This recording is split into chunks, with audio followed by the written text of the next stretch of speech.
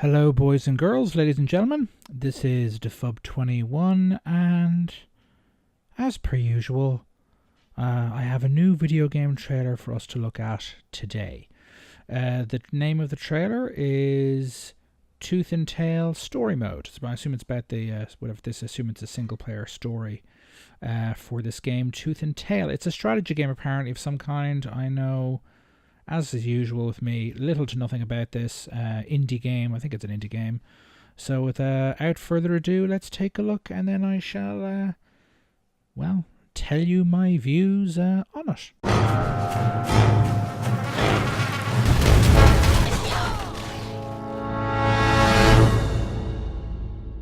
Oh, hi.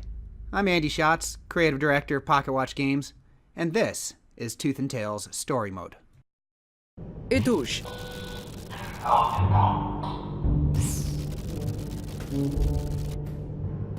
Welcome to the kitchens, the headquarters of the KSR. The world of Tooth and Tail is in turmoil. After years of crop shortages, the animals have all taken to eating meat. But the selection of who must be the meat has led to civil war.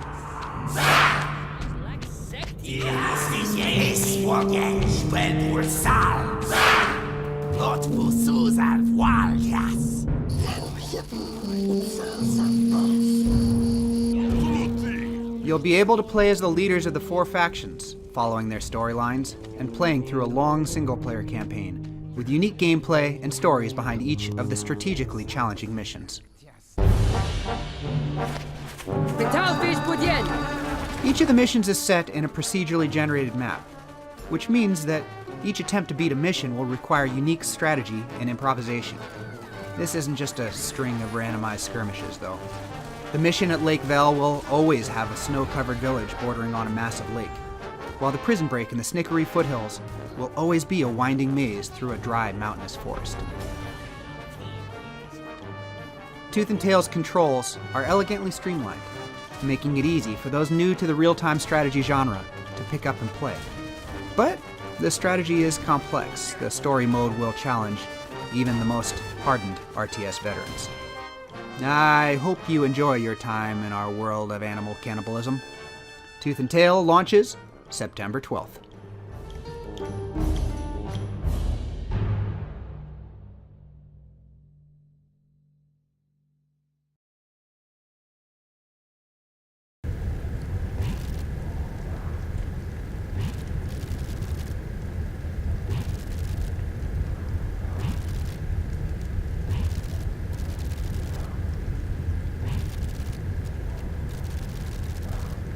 Well, what's there to say about this? Visually, another indie pixel art game. Very nice looking one, and again, very visually impressive for a strategy game. In terms of it being a real-time strategy game, as they say in the trailer, technically it is, because it's got strategy in it, or at least they claim it does. It seems to have strategy in it, and it's played in real time. It's not turn-based. But it's not an RTS like, say, Dawn of War 2 or Company Heroes 1 or 2 or StarCraft, anything like that. You're not moving a mouse cursor around the screen, left-clicking on units and then right-clicking on whatever context-sensitive thing you want them to do. So it's not a traditional RTS, but it's still, you could say, depending on how advanced the strategy elements are, it's still a strategy game. It doesn't quite, it again visually looks pretty impressive, all right, and the whole story, that's pretty cool, all right. Yes, animal on animal cannibalism, although technically it's not really cannibalism if they're, well, you know what I mean, but I'm just kind of, again, don't nitpick. As I said, visually looks cool. Again, these indie studios, the amount of stuff they're churning out these days, because A, they're proliferating all over the place, B, they've got distribution channels they couldn't have dreamt of even 15 or 16 years ago, and again, the tools they have access to in terms of getting engines up and running, art asset creation, which is probably the single most labor intensive element of modern video games, and so on. They've come along in leaps and bounds, and small teams are capable of doing some pretty incredible stuff visually. In terms of gameplay, again, it looks visually impressive, but you got one central character, and you basically have a kind of a mob of lesser creatures, as it were, following behind, or units, should I say, following behind you. as that's what it seems to show from a graphic standpoint, and that has been done before on the indie scene. I mean, Pikmin is effectively kind of a game like that, Nintendo's Pikmin series. So, how much strategy is in it from my standpoint? If you're a bit of an old fogey RTS gamer like me, you might turn your nose up at it, at that name of, kind of real-time strategy. But if you're a bit of a purist, but it looks cool. It's out next month. I'll certainly pay attention to this because, again, it looks so visually distinct. Hopefully we'll see some reviews and maybe it'll be worth buying. Maybe I'll just look at some streamers streaming it on YouTube if anyone does. It depends. I might buy it myself if it gets good reviews. If it gets good reviews, and I can stream that as well if anyone wants me to. But yeah, again, look, it's not a traditional RTS. Which to my mind, but I won't be too offended by them using that term. Visually looks, interesting and distinct for kind of a real-time strategy game.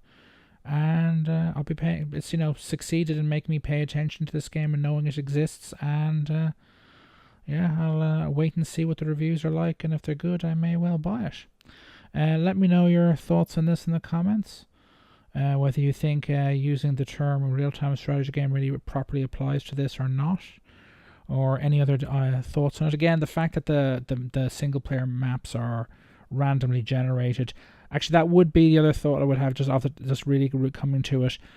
That doesn't allow for very much in terms of quality control in map design, so maybe that might be a bit of an issue.